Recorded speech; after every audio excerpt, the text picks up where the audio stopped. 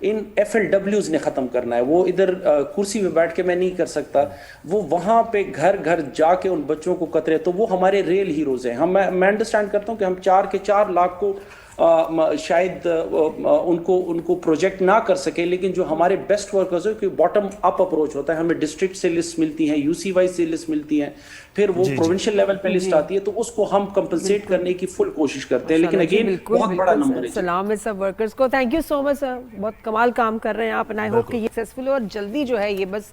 اور ہم بھی اپنے شو پر پولیو ورکرز کو بلائیں, میں بھی یہ کہوں گا کہ اگر ایسے ہیں پولیو ورکرز اس کیمپین کے دوران وہ آئیں. جی